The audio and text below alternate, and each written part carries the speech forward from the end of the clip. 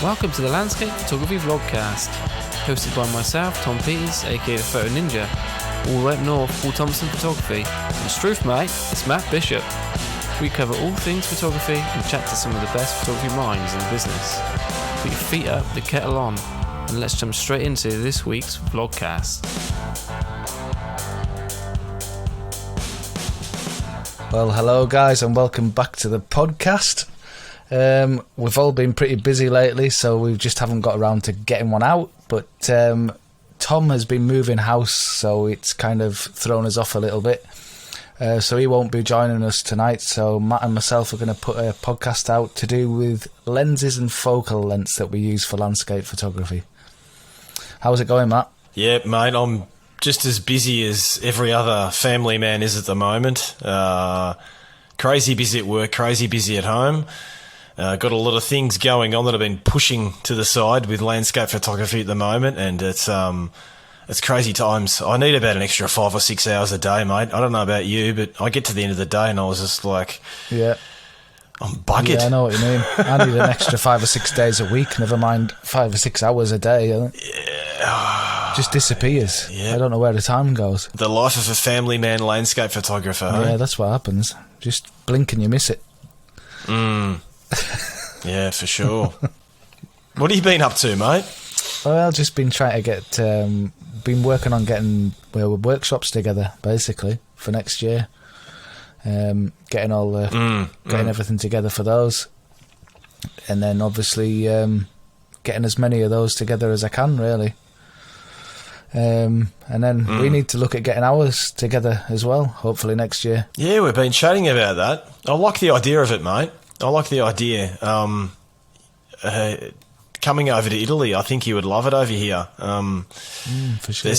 There's some locations that are just incredibly beautiful and completely isolated, and not many people know about these locations. Especially international photographers don't know these places exist, and they would just be blown away by the landscapes that exist in parts of Italy that are just they're incredible. So I've been out shooting a lot of these locations lately, and I'm quite excited to put something together. So it would be good if we could put a nice workshop together for next year sometime. Obviously, if it's safe for everyone to travel. Yep. You know, asking people to travel overseas is obviously a difficult thing to do at the moment. But, you know, everyone's getting vaccinated and things are looking hopeful, I think. Yeah, I think so. At the moment, we're starting to see some positive signs about the sacrifices that everyone's making. Yeah.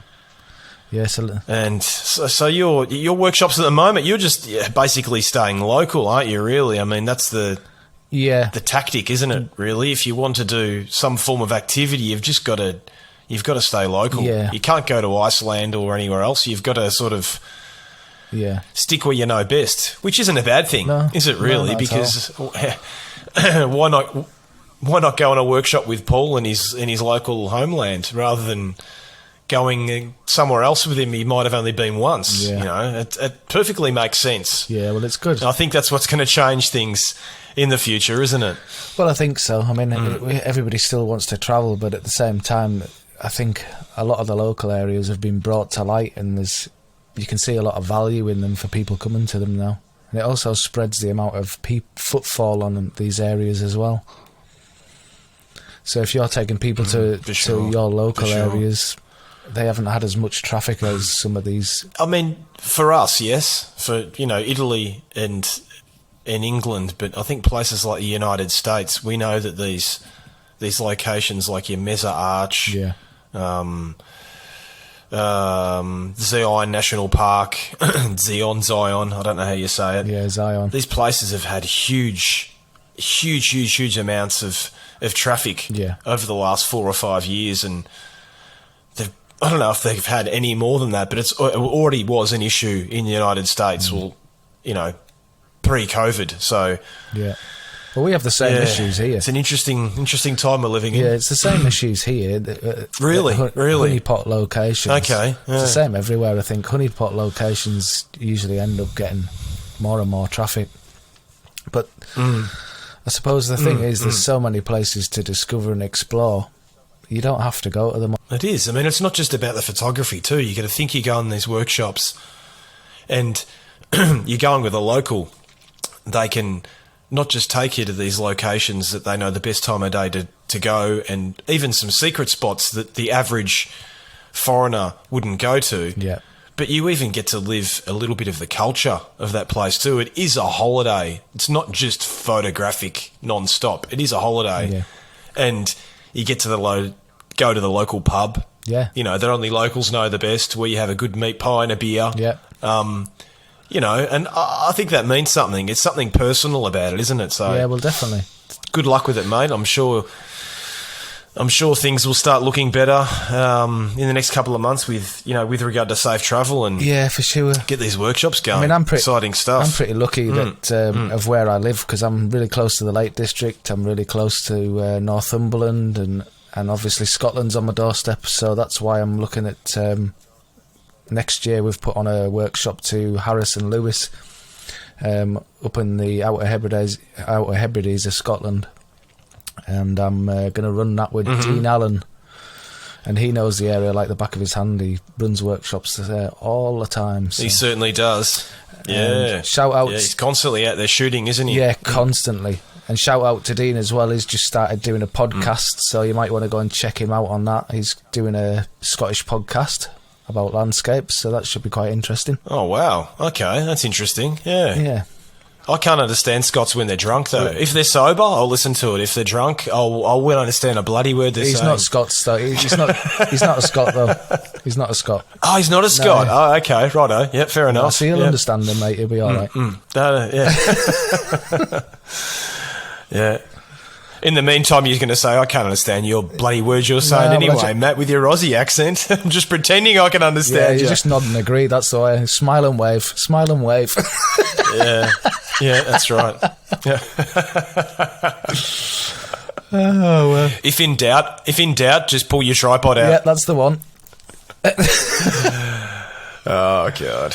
So, looking at this subject we've brought up tonight, basically, what lenses and focal ranges do you use in landscape photography? Very interesting subject, isn't Yeah. it? So, you personally... Where do you start? Well, what you personally... Let's start with you personally. What do you use for your landscape photography work? Look, mate, it's an evolution. I mean, if I go back to when I first started, back in the film days, I first started out with a manual camera, manual lens. Yeah.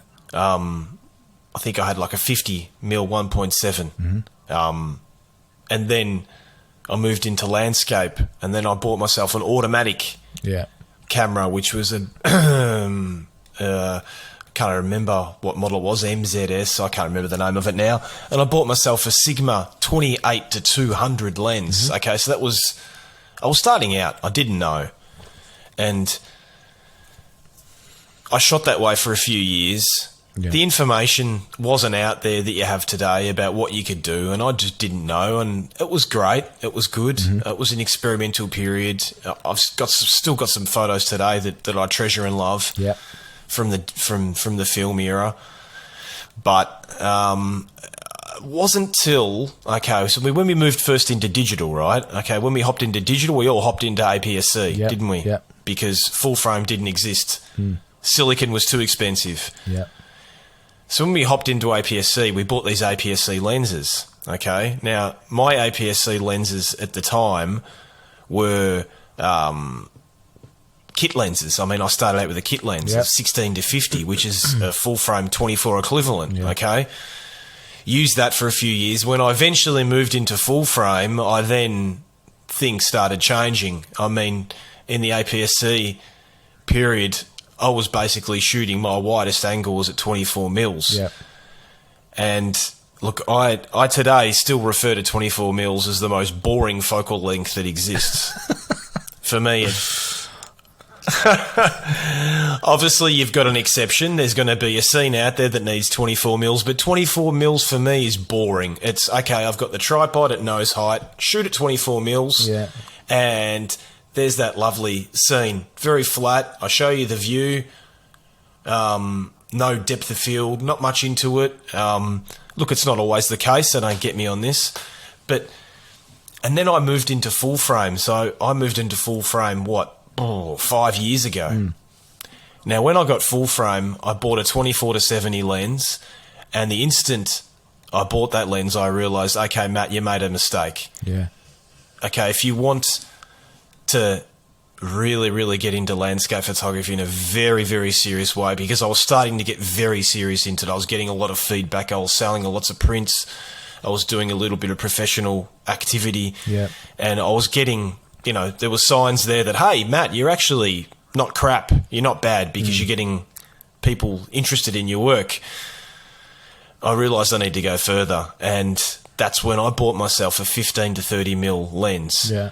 For my full frame camera. Now that 15 to 30 mil lens I'm still using now 5 years later, and for me it's on my camera 95% of the time. Yeah.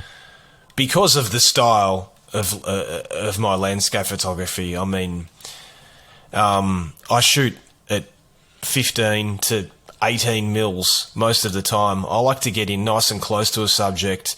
I like to shoot wide. Yep. It's not ridiculously extreme wide. There's some people that shoot like at 11 mils. It just warps the hell out of everything, and it just doesn't look real anymore. But when you're at 15 mils, you can actually, if you're shooting a tree, you can actually sit at 7 feet away from the branch of a tree trunk and get the whole entire tree in without distorting the scene too much, and just making it dramatic. Yeah. And it's a beautiful, beautiful lens. So now, between all the lenses I've got 35mm lens, which I use for a bit of portrait stuff, and then I've got the 70 to 200. Yep. And these are all 2.8 lenses. Right. So they're all fast, heavy lenses. Or they're all Pentax DFA lenses. And the 70 to 210 I use a lot. I find lately I've been getting into those scenes where I want my work to be a bit more original, so I'm actually cutting in and going a bit intimate. So I'm using the 70 to 200 a lot more than what I used to. Beautiful, beautiful, beautiful lens, the 70 to 200. And yeah, so I'm actually just finding, look, I've got my 2 full frame cameras in my bag with the lenses mounted onto them, and I'm ready for any condition. I just rock up and bang, pull my camera out of my bag. The lens is already on there, and I'm ready to go. Yeah. Cool. What about yourself, mate? What are you carrying? Well, so I've got 16 to 35, and that lens pretty much lives on my camera most of the time as well. Although I've been trying to switch that up lately. So you just to let people understand, you're shooting with Sony, Yeah. right? Yep. Sony A7. So there's Sony lenses you're using? Sony lenses, yeah. Okay. I started off using when I first got the Sony, I started off using a Canon 17 to 40mm lens, I think it was at the time. Okay. But then I swapped that out and got Sony lenses after that. All f4s, because I couldn't afford to get the 2.8 versions. But to be quite honest with you, I've never needed the 2.8s. F4's more than enough for me, to be honest. So I use the 16 to 35 primarily. I think it's a good focal range for me anyway. It's got a good range on it. Yeah. But more recently I've been experimenting with the 70 to 200. I got loaned a 150 to 500 by Tamron. Ooh. So I've been experimenting with that as well. So that gives me even more reach, especially for those sorts of scenes where you've got, I don't know, fog and mountains off in the distance. And you want to capture that sort of fog over trees, the mist, way off in the distance. I'm finding that lens is awesome for that sort of thing. And even like macro work. You can get really tight in and really crisp shots with it. So this lens is a macro lens too, is it? Well, you can use it as one, because you can get in pretty damn close with things. Okay. But But it's Okay. it's really nice. I really like it. And other than that, the other one that I actually own that isn't borrowed is is a kit lens, funny enough, and it's a 28-70, and that's why I've never gone for the mid-range lens, because I've never needed it. I've got the 16-35, I've got a 28-70, and then I've got a 70-200 in my bag, and I'm pretty much covered.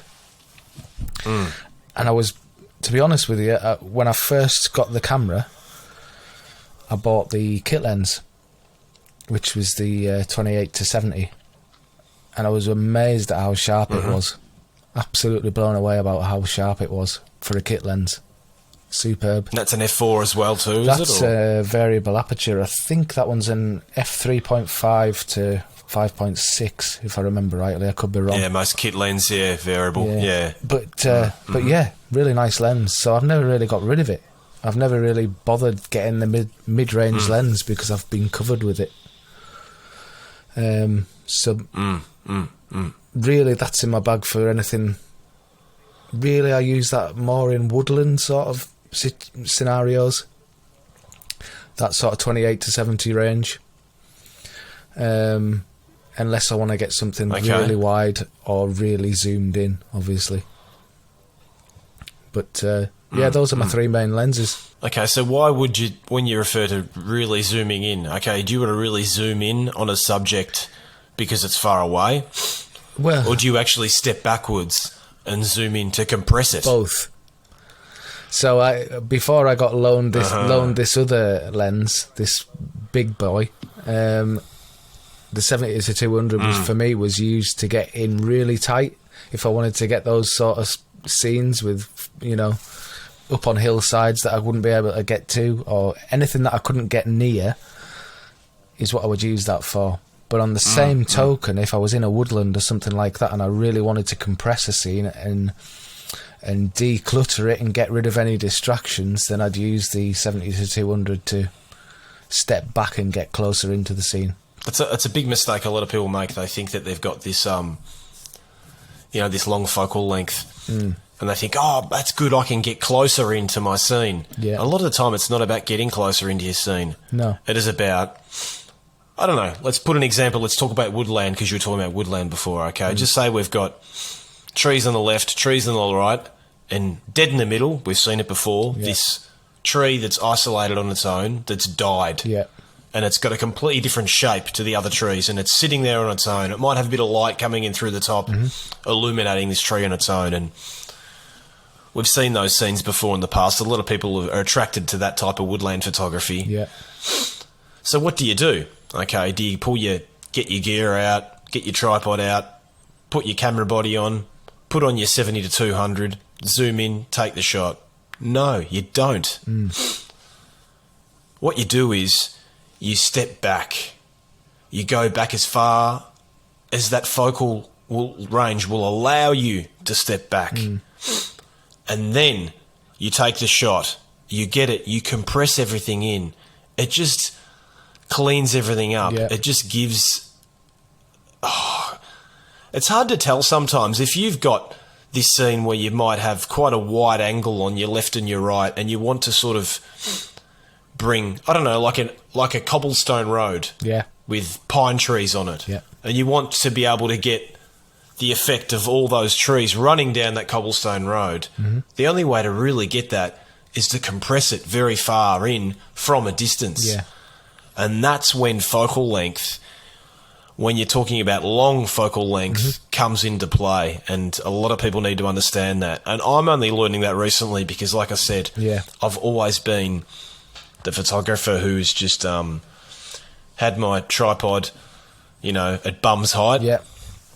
Taking, trying to get my foreground in and having a mountain in the background and shooting at 15 mils, and that's the photography I love. But if there's something that really, really catches that intimate part of a landscape, that's when these long focal lengths really, really come into play, and they're difficult to understand how to use. Well, they them. are. I think they are. It's not about just zooming in, bang, taking a shot. No, it's not, because you see, because my wide angle lens pretty much used to live on my camera, when I got the 70-200, I couldn't make it work. I'm thinking, what the hell's wrong with this? And the reason why it wasn't working is because I was using it in the same way as the wide angle lens. And I was trying to get the foreground in, and I was trying to think, why is everything out of focus? What's going You know what I mean? Because you're trying to use it in the same way as you do the wide angle lens, and it doesn't work. It doesn't work the same way. You've got to forget about your foreground elements, basically. Or I find I do. I'll use an example where I work. Okay, the hospital, I work in a hospital. The hospital I work at sits on the top of one of the 7 mountains of Rome. Yeah. And when I leave hospital every day, there is a big Roman church that's very far in the distance, and it's got this huge, big Roman church roof. I don't even know what it's called, a cupola. I don't even know how you call them in English. And when I work out of the hospital, I walk down the stairs of the hospital, and I can see this church roof right in front of me. It looks like it's really, really close to me. Yeah. And then when I walk down the stairs and I go over and I look down onto the balcony, so I'm actually closer to the church, it's actually really, really, really far away. Yeah. It's because I was in a certain point where everything, it was almost like it was focally compressed in because it was the point of view from where I was standing. Yeah. And focal range changes depending on where you are standing, what elements that you have around you. It's a very, very complex mentality to understand. And it's not just about going wide. It's not just about zooming in. Yeah. There's lots of key elements that come into play that I think that only the very acute, expert landscape photographers understand how to play properly, Yeah, definitely. I mean, to me, because I'm not I wouldn't class myself as an overly technical photographer. I don't take a lot of things into consideration, really. I like to experiment to get the scene to work for me. I don't, I'm not overly technical with it. I like to focus on getting that sort of feeling, getting the feel of a shot rather than trying to get it, pitch perfect with every setting exactly right. I like to experiment with it and get it right for myself. Yeah, look, it's never a good thing to be too focused on your the technical part of photography, because I think it hits the technical part's something you should study beforehand and something you should actually experiment with out on field as a practice. But once you're actually out there to compose something that you want to work, you need to forget about that technical part and concentrate purely on the creative part. Yeah. And that's not easy to have a balance between the two. No, it's not. So that's why experimentation is so important. It needs to become second nature to you, the technical part. Yeah. Yeah, this is it. And that's where some of these... That's something definitely That's where some of these things come in, where you're just trying to work out what focal ranges to use for a certain scene, basically. Because you don't always know firsthand what works and what doesn't. I mean, you should. You get to that position where you do, but you don't always know when you first rock up to a scene. Okay, so let's take an example. All right. I won't talk about trees again because we keep talking about woodland too much, mate. It gets boring. Not for me, it doesn't, because the most important thing on Earth are trees. If we didn't have trees, mate, we'd be stuffed. So yeah, for sure. For me, trees are the most important thing that exists on the planet. But let's take an example of a waterfall, okay? Yeah. So you walk down onto the banks of a waterfall. Okay, you're in a national park and there's this beautiful big waterfall right in front of you. It's got a lovely river running through. It's got an open area with a bit of foreground interest. So you've got an option of whether you can get up nice and close to that waterfall, get a beautiful angle, shoot wide angle, get a bit of foreground element into the image to give it a nice depth, and shoot that waterfall at wide angle. Yeah. Okay? Or do you step back and keep walking very far away from the waterfall and walk a bit further. And then wait till all of a sudden that nature gives you a perfect frame. Yeah. You've got trees that will make a frame around your image and zoom in, get yourself at a nice focal length, compress everything in and give that image, give that waterfall a sense of its surrounds, you know? Yeah. And I don't think there is enough of that photography out there at the moment. Everyone's gone down the landscape photography wide angle because it's, you know, like I said, when full frame came out, obviously there was wide angle lenses beforehand, but people didn't experiment with them as much. But once full frame sensors came out, everyone started going crazy on wide angle photography and trying to distort things, trying to distort reality a little bit and getting closer up to your subjects and whatnot. But you know, stepping back sometimes is nice, and there's a couple of photographers out there that do it, and I really, really appreciate it when I can see it. The pros and cons of doing that. Okay, if you step back from a scene and compress it, maybe you'll lose some of that emotion in the sense that you're going to miss out on some of that surrounding, that light that was close up to that waterfall. Yeah. Or maybe being up close to it, you didn't get that emotion in that waterfall. That light wasn't there. It was behind your shoulder.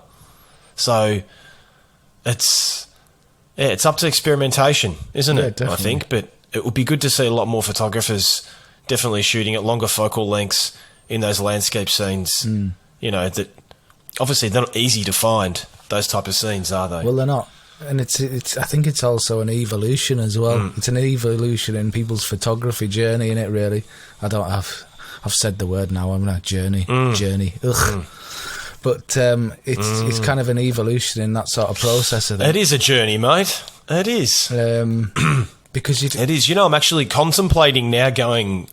Sorry, go. Sorry, I jumped in then. Go, it's yeah. all right. What are you saying? It's just basically everybody starts off with the wide-angle shots, and then I think you do look for something different. You look for... when you start looking to get more unique shots, I think is when you start to experiment with focal ranges, and you go into the longer lenses to try and find that something more unique, I think. If you're watching this, then I assume you're someone who is passionate about both photography and the natural world. Over the last decade, I'm sure you've seen the incredible growth in photography. Everyone has a camera these days, and everyone wants a beautiful nature photo to share with the world. Unfortunately, the passion to capture that image often overrides thoughtfulness. Wildflower fields are being trampled and destroyed. Delicate, unknown locations are being widely advertised, bringing crowds of people, transforming wild places into urban spaces. Regulations, private property, and the well-being of wildlife are ignored in the pursuit of an image for Instagram. If such things weigh heavily on you, consider joining Nature First, the movement for responsible nature photography.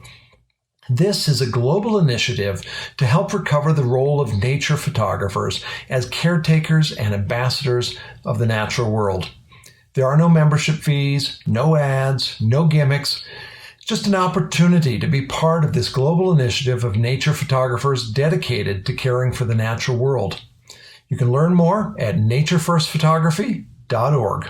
Which is what a lot of photographers are doing now, because they don't want to shoot the same scene everyone else is. They don't want the wide, grand landscape. They want to be able to get a section of it for themselves. That's definitely part of an interest for using a long focal length too.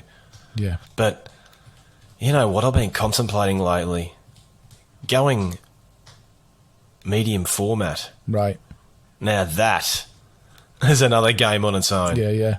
You kind of hope one falls out of the sky, don't you? But yeah, they're not cheap, because I've looked at the same thing. It's not gonna. No, they're not. They're not cheap. All right, there's a few options out there, but look, I think if you're serious about photography, I think the curiosity for medium format, it's definitely there, because I mean, you look back at the masters of landscape photography. I'm not talking about, I won't mention names, but people that we know now that are on the landscape photography market. Yeah. You know, a lot of these people are populist photographers, and their name may not echo in 10 years' time. Yeah. You know, they're here at the moment because they're here. A lot of them are actually very good on social media, and a lot of their images are designed to grab attention on social media.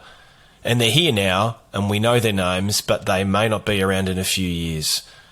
Now, but when you look at the true masters of landscape photography, the serious guys, the guys that studied, who went to university and studied photography, guys that have carried 50 kilos on their back to climb up a mountain to capture a scene a million times, you know, talking about serious photographers, you know, names like Galen Rowell, Joe Cornish, who, you know, we still have with us today. Joe Cornish, he's still, you know, reasonably young. Yeah. You know, there's photographers out there that they, obviously, you know, we've got other guys like, I just can't think of his name all the time. It just goes out of my head. Help me, mate. Help me. I'm not American. Come on, the American famous landscape photographer, shot black and white, you know, moonrise over Hernandez. Ansel Adams. I can't get his name in my head. That's really bad. There you go. Ansel Adams just made a complete arse out of myself to the public. Yeah, of course you did. You're used to that, though. You do that regularly. I actually do it on purpose. Oh, right, is that what it is? You know, these guys were true masters. They're the true masters. They're the true masters. And you know why? The average person, if they look at their photography, just go, don't even know why people rave on about them. That's just okay photography. But you've got to look at that. The average person cannot actually contemplate how good that photography is. They need to have a studied mind to understand how good that photography is. Yeah. This is true artwork, and it's not done on your average camera. These works have been done on a medium format or even large format, and it's they're actually having that very big field of view with very different lenses again, because then focal length, focal distance plays a completely different role. Yeah, it changes you're talking altogether, about a bigger doesn't it? field of view. It just changes all again. So that's, I mean, it's a whole other subject. You could probably talk to your mate about Adam Gibbs about that. I mean, he's onto the Fuji medium format now, isn't he? That's what I've been looking at, because that looks like an awesome camera. It really does. So, look, there's those cameras are mind blowing, and I think if you're a very good photographer and you know what you're doing, you can make those cameras. You can just take them to just a complete another level. But like I said, the average person in the public couldn't appreciate, you know, how beautiful some of these images can come out of those cameras. Yeah. It's just it's on another level. So again, talking about focal range and lenses, then also beyond full frame, we have this whole other world of of lenses and camera gear that the majority of us have no idea even what we're talking about, and it's I'm very, very curious to know more about medium format and how it works, and just looking through a viewfinder of a medium format camera, how beautiful it'd be just having that big field of view right in front of you. Yeah, amazing. Yeah, definitely. Definitely changes the game altogether, doesn't it? When you first bought a camera, Yeah. did you wish that you had have just gone and invested the money on a good lens to begin with? Yeah. But at the time, obviously, it was all budget driven. So I went for the cheapest option, which was to get a Canon and slap it on an adapter and slap it on my camera. And don't get me wrong, it did the job. It was okay, but I noticed the difference straight away when I put a native lens on the camera. Optics are so important, mate. Yeah, You know, definitely. It's like expensive optics. That's yeah. this is it. You can't go and spend a few $100s on a lens. Okay, you can. If you're starting out, it's an experimental phase and you're learning.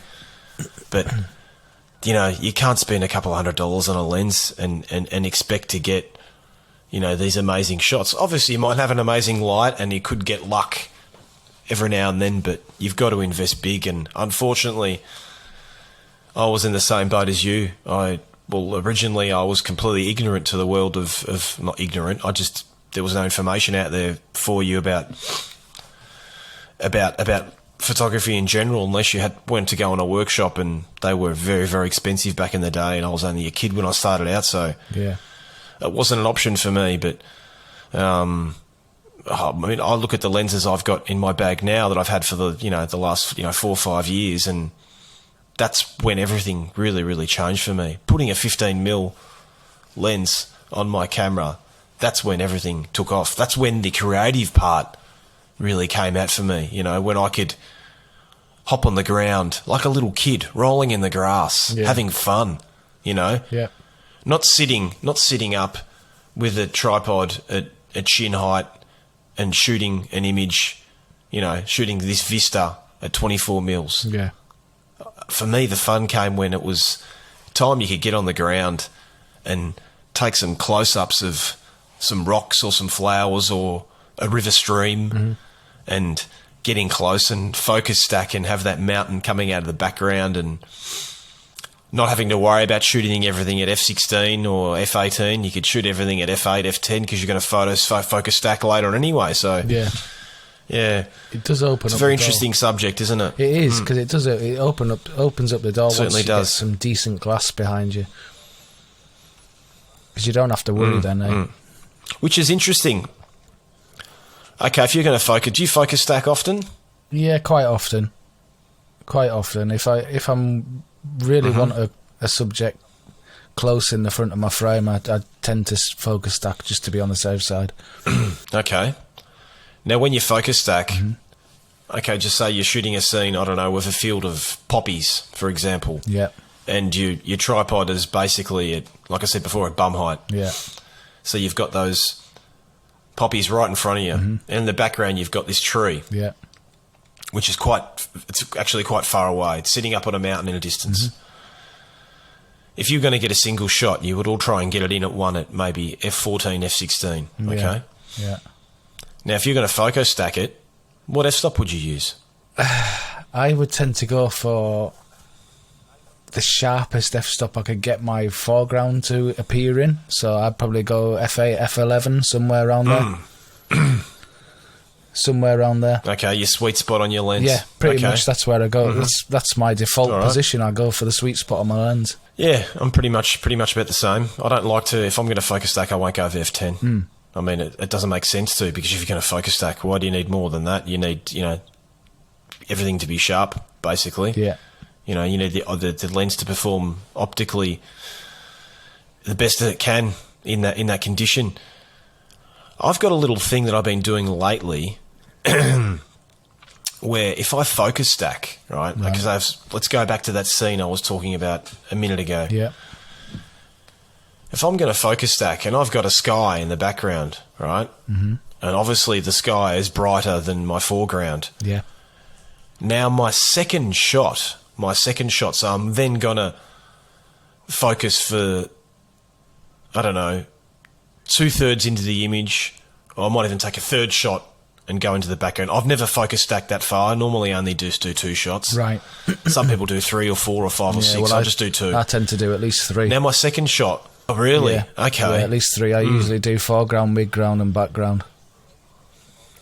I've just got that into that habit now. Okay. I mean, it's a personal thing for me. I've never found the need to have that much focus all the way into the background, because that far in the distance, you can't see that sharp. No. If you've got some flowers near your toes, you can see them perfectly sharp. Yeah. Right? And if I scan up and I see that mountain isn't that bloody sharp. No. There's lots of haze and stuff in it. There's lots of elements that are affecting my eye to see it as sharp as what I'm seeing in the foreground. So if I want to approach a scene in a level that I want my landscape to project what I'm seeing, then I'm not actually seeing tack sharp from my toes all the way into the distance. Yeah. So this technique I've been using lately, well, I actually always pretty much stack only 2 images. I don't do any more than that because, like I said, I don't personally see the need for it. My second image, I'm actually underexpose my second image so that later on when I focus stack, I actually blend those 2 images in and I've actually got a good exposure for my sky. Right, yeah. So I've sort of mixed 3 things into 2 images. Yeah, so you've kind of... Yeah, it's not bad. Anyway, it's not much about focal. Focus stacked and exposure blended all in the same. All in the one. Yeah. It's actually not bad. It's not a bad way of doing it. Interesting. So I don't know how long we can talk about focal range and everything for that long, especially it's just the 2 of us. I mean, Tom, he could have Chipped in. talked about it for a bit. He loves he loves his woodland photography, and I know he uses long focal lengths, and would have been interesting to hear some of his points of view. But yeah, definitely. Look, it was just about getting other podcasts out for you guys, and not disappearing for too long.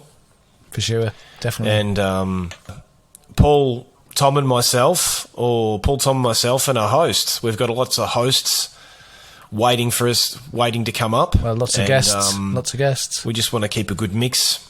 Yeah, definitely. Yes, so... keep an eye on the Facebook group. Oh, mate, you look after yourself. Yeah, you too. And guys out there, keep an eye on the Facebook group, because when we post this to the Facebook group, we'll put a little question on it as to what focal ranges you use and why. It'll just be interesting to see your opinions on the subject. For sure. Definitely. Right. Okay, so mate. we'll see you again on the next one. And thanks very much. And take care. And I'll see you soon, Matt. See you, mate. See you later, Teddo.